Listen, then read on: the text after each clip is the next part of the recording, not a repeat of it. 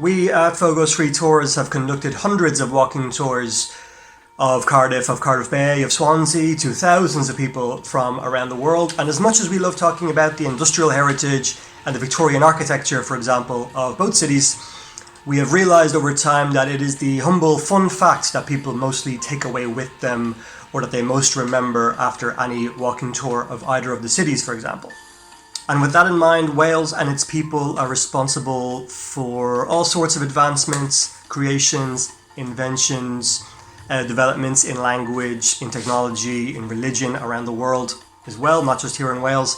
So in no particular order, here are 5 of our favourites, more random, more obscure, more noteworthy fun facts about Wales and its people.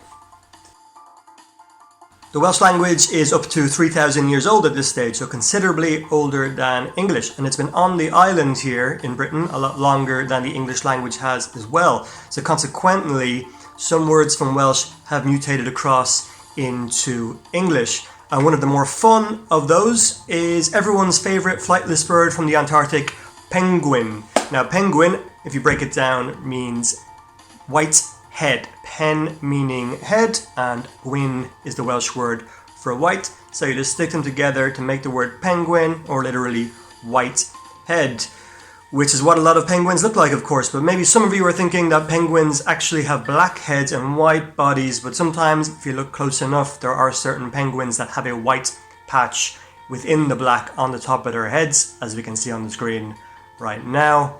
So penguin, very much a English word, which has actually been adopted into many languages in different forms around the world, of course, but of Welsh origin in the first place. And now on to the first of our Asian-themed fun facts on this list. So did you know that the tallest mountain in the world, Mount Everest, is in fact Welsh? Well, at least it's named after a Welsh person anyway, Sir George Everest. And George Everest himself, in fact, a man from Crookhowell in South Wales, has never actually been to Nepal or even been to see Mount Everest himself at all. But it is named after him nonetheless. So who is he?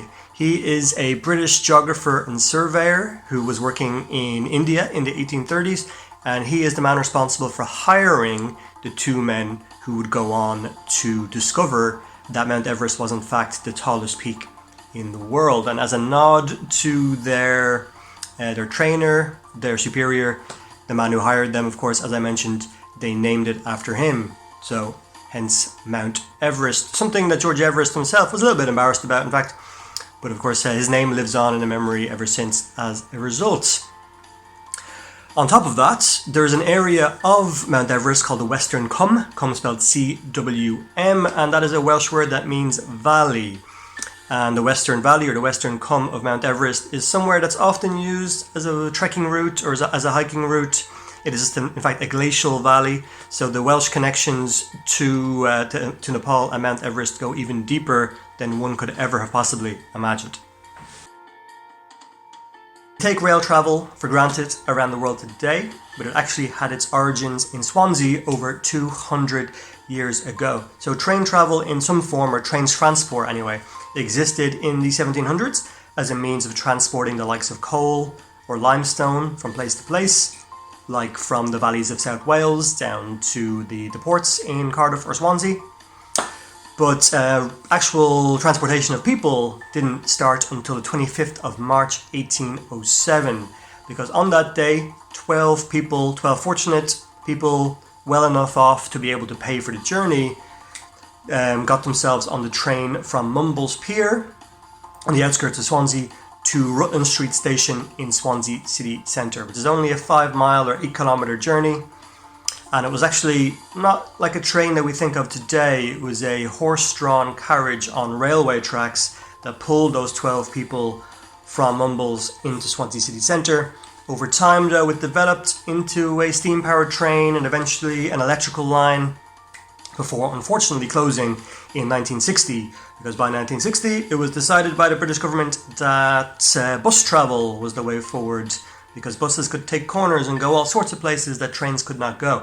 So in 1960, a funeral procession even took place in Mumbles to mark the death of the Mumbles train, the Swansea and Mumbles Railway, but more commonly known around here anyway as the Mumbles train.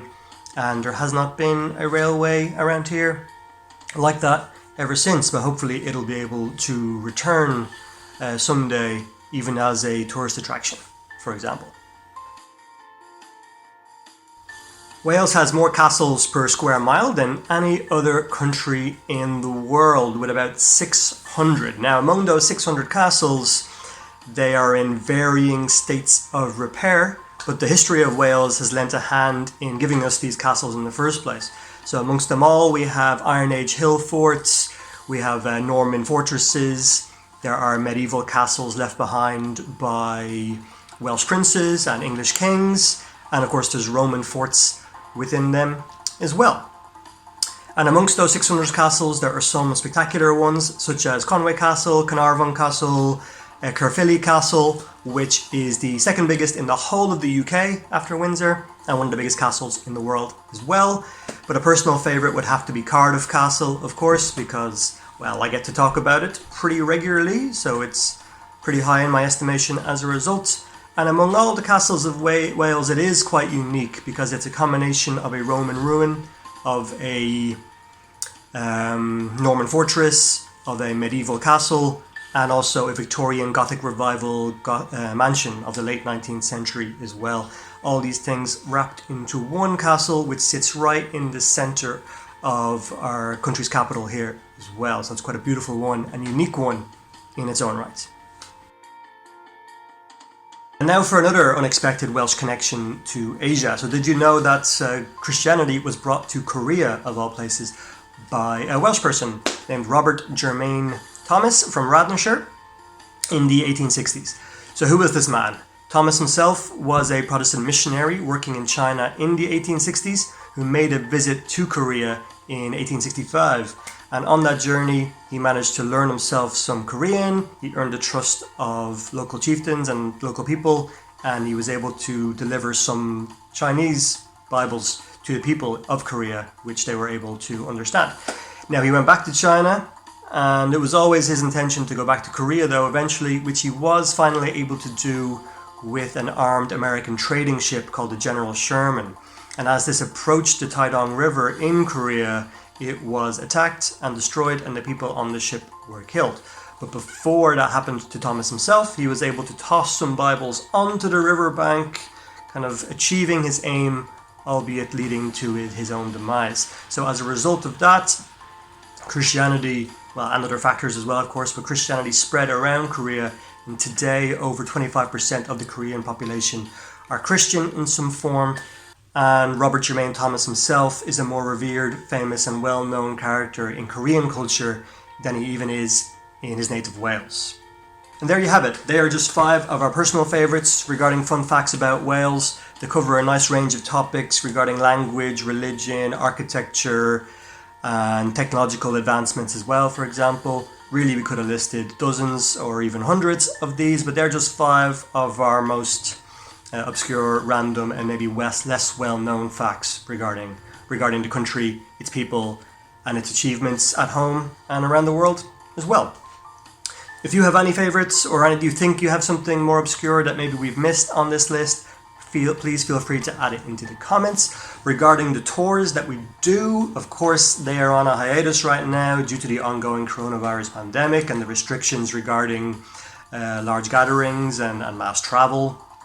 But if you do want more information regarding tours, or even more information regarding articles and blogs like the stuff we've been listening to right now, please check out Fogo's, F-O-G-O-S, Fogo's freetours.com. You can also follow us on all social channels and keep up with us there on Facebook, Twitter, Instagram, even on Google, for example, just by searching Fogo's Free Tours. Thanks for watching. Stay safe, everybody, and we'll see you on the other side.